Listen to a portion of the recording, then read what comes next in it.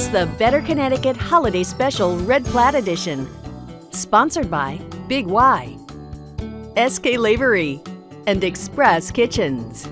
Here are your hosts, Scott Haney and Kara Sundlin. Hi, everybody, and welcome to this special edition of Better Connecticut. We are very excited to bring this food-themed show to you today. We have a lot of great segments coming your way from both in and around the kitchen. But we should probably explain why it's called the Red Plaid Holiday Special. It's because of this book, the Better Homes and Gardens Cookbook, published by our parent company, the Meredith Corporation. The newest edition, the 17th, was just released in September. The very first edition actually came out more than 80 years ago. Can you believe it? Wait a minute, that's older than me. Yes, it is, and it has quite the storied and interesting history. Take a look. The first Red Plaid came out in 1930. I love the intro letters from that first cookbook. They're really speaking to the home cook as she was the business manager of the home. And it's funny, the format of the first book, it's not even plaid. If you stood it on its spine, then it's like a file folder. You inserted recipes into those categories. The magazine embraced that further because they started to publish recipes that had holes in them. So the page of these recipes that were meant to be cut out to put into your new cookbook were already ready to go. It's just such a piece of Americana. When you look at how we've held home cooks' hands through, the Depression and how they were trying to figure out how to make the most with the money they had to spend on food. And during the 40s, how we helped readers stretch meat, save on sugar because of the war effort. When you look at the 50s and how market just exploded with all these fun new electric appliances like the hand mixer, the blender, the can opener of all things, and how pages of the magazine kind of helped people understand how to use these new appliances. It did not turn plaid until 1941. That is probably when it just went bananas. And they'd already sold into the 2 million. Myrna Johnston, who was the editor at the time, she and Jack Barless, who was a consultant, they were out on their lunch hour in Des Moines. They saw the bolt of red and white plaid fabric. She just on a whim bought a yard of it and came back and wrapped it around the book, and that was how it took off. The 80s, no one had any time. We changed our cake formulation, so everything was made in one bowl. But what happened was the cakes really weren't as good as they were from the editions that went back to the 1950s. I remember the day we tested probably about 10 different chocolate cake recipes because we wanted to make sure that the cake that we had in the cookbook was something people would be proud to make. We just put all the flavor back in that book on the 12th edition. I will never forget that. I mean, we all were sitting around the table like, oh my God, where's the salt shaker? It was kind of a fun addition to bring back to life. That was a good one. Readers love this book. There's a huge emotional connection to this book because moms get it and they pass it down to their daughters. It's just not a book in it for most of us. So anyway, I'm getting choky. That's terrible. It's really, like I said, there's so much emotion behind it, a lot of great stories, so it's a good book. It's really a fun way to kind of connect with people through food. I think we know how important it is.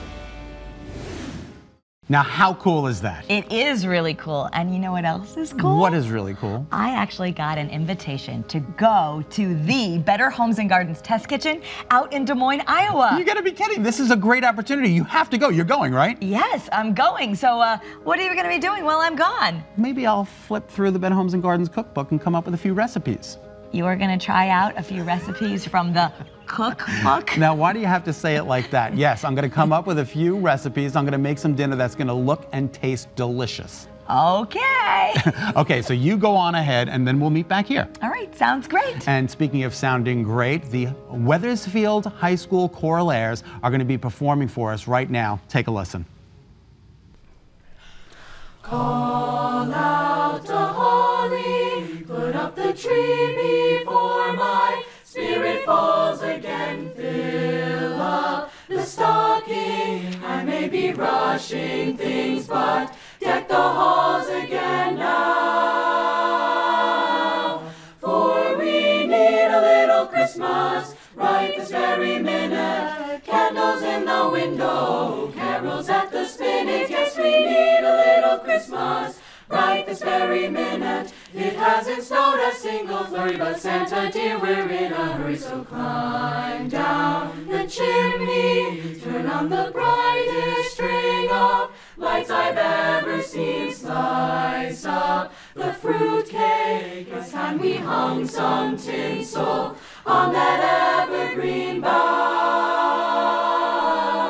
For I've grown a little leaner, grown a little colder, grown a little sadder, grown a little older, and I need a little angel sitting on my shoulder.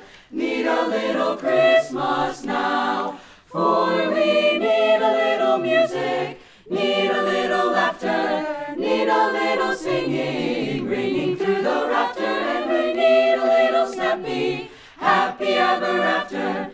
Need a little Christmas now.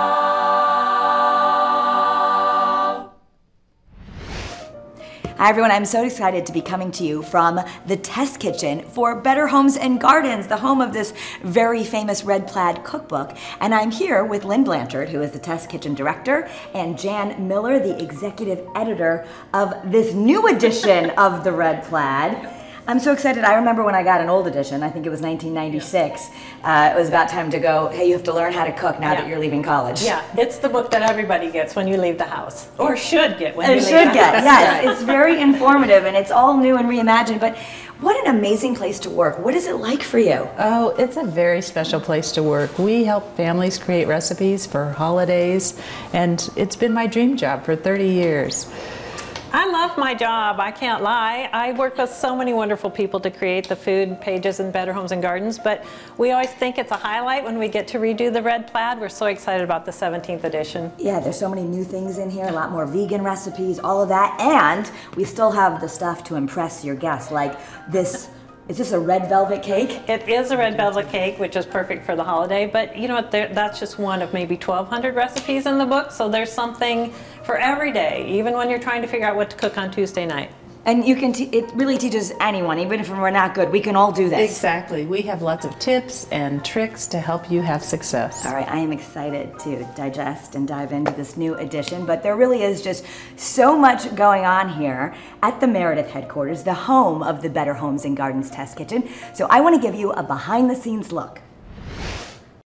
We have 10 separate testing bays, and we test recipes for all of our publications. You know, this is where the buck stops because it has to work here, and it has to work in a kitchen similar to a home kitchen. We test over 2,500 recipes in the course of the year. In 2017, we created over 1,000 food images. We easily spend over $100,000 on groceries in a year, and that's quite a grocery bill.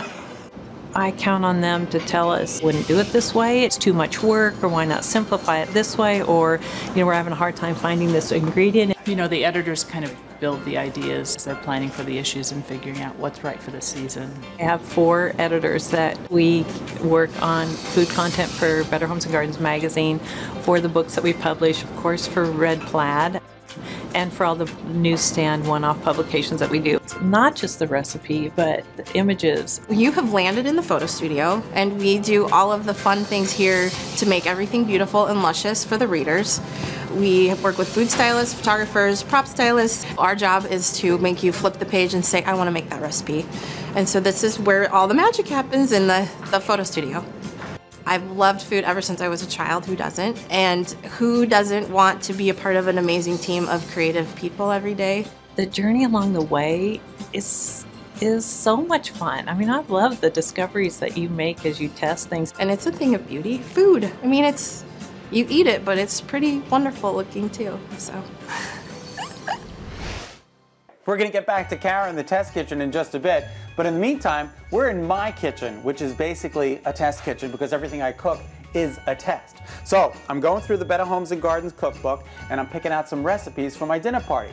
So come on back in 2. I'm going to let you know what's on the menu and let the fun begin.